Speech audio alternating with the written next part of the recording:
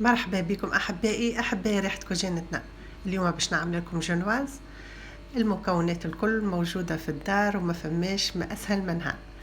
عندي 5 كعبات بيض و150 جرام سكر أحرش اللي نعملوا به الشاي، و150 جرام فرينة، وعندي 8 جرام فاني، يعني سكر فاني، تحطوا الفاني كما تحبوا انتوما. عندي الزيت هذا باش ناخذ منه 3 ملاعق متاع اكل زيت نباتي، والا كان تحبوا تحطوا الزبده ذايبه.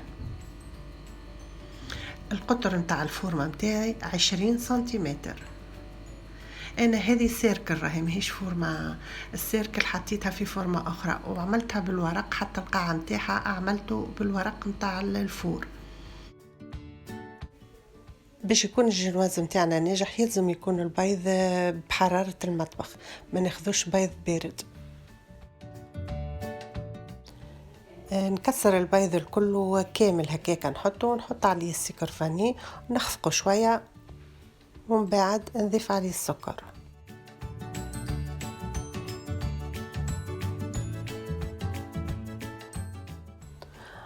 وتوا نصب السكر ونقعد نخفق فيها بالكدا، ما نقصش عليها بالكل، لين ندخل فيها الهواء بالكدا ويتضاعف الحجم متاعها وتولي لونها ابيض وكريمي. هذيك هي الجنواز الناجحة، يلزم يكون الخليط متاعها ابيض وكريمي.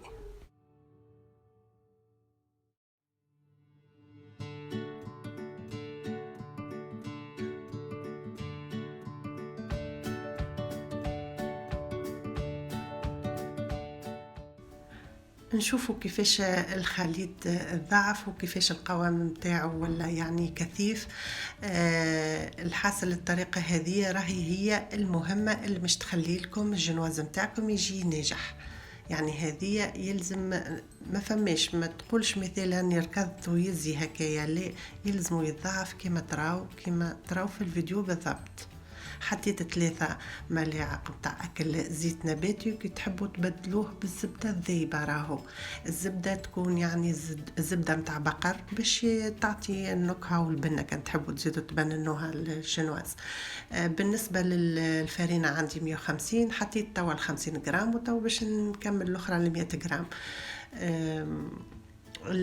الطريقه نتاع تدخيل الفرينه في الخليط، تخزروا لها كيفاش تكون دائريه هكايا، وتعملوها بالمضرب اليدوي هذايا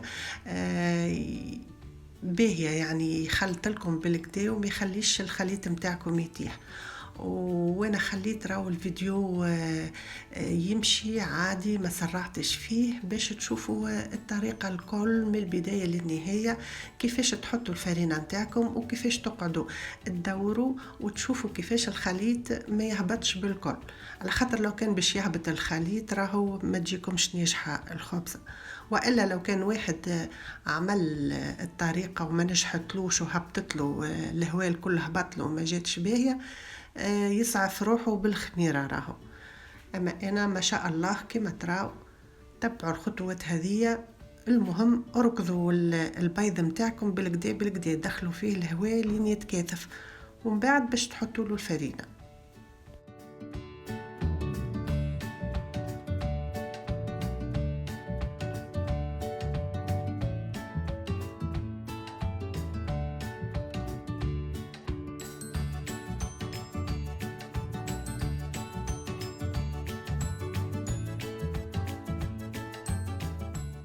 وتوا أحبائي ريحة كوجينتنا كمية، نودكم بالحاجة الباهية، ودوني انتوما بالجيم وباللايك، وزادة ما فيها بس زادة بالبارتاج ان شاء الله باش تكبر القناة، ويعني يشوفوها أكثر قدر ممكن من الناس ويستفادوا، لما لا.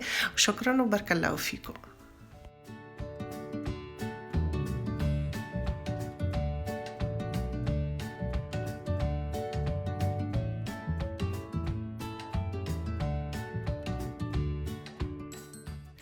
كما تراو كملت الفرينة على اخر ذرة متاع فرينة، ما شاء الله. ها حطيتها الكل ونقعد هكاكا ندور فيها بالسياسة، يعني طريقة دائرية هكاكا اللي يدخل الخليط الكل متاع الفرينة، باش ماذا بينا نخلطه بالكدا، ما تخليوهيش يقعد فيها كعابر متاع فرينة. من بعد هذيكية تبدا الفرينة ماهيش محلولة في وسطها.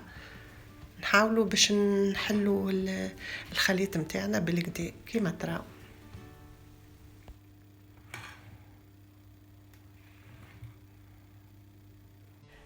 بالنسبة للمعجنات، أي معجنات كانت من نبداوها من الخبز حتى للحلو، يلزم وقت اللي باش نخدموا حاجة يلزم نحلو قبلها ب4 دراج الفور باش يسخن بالكدا، باش وقت نحطوا فيه المعجنات متاعنا تجي طايبة وتجي تنجحنا يعني في الطهو متاعها. أنا حطيتها على درجة 150 درجة مئوية 45 دقيقة. وحاجة أخرى ما يلزمناش نحلو عليها الفور وهي مازلت ما طابتش، يلزمها تعدي على الأقل 25 دقيقة وإلا نص ساعة باش نحلو عليها الفور. ونجربوا نحطوا فيها السيخ هذيك هي العود الخشبي، إذا يخرج شايح راهي طابت، وإذا مازال فيها عجين راهي مازلت ما طابتش. ما شاء الله كما تراو الخبزة متاعنا طابت. أنا باش نوريه لكم وهي سخونة، أما المستحسن واحد يخليها تبرد باش ينحيلها يخرجها من القلب متاعها.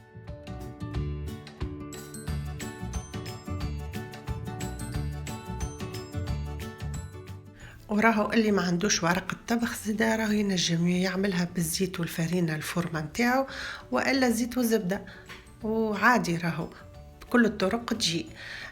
توا نقول لكم في الامان وبسلامة في روسات اخرى جديدة، ونقولوا اللهم دمها نعمة واحفظها من الزوال، وبسلامة في روسات اخرى جديدة.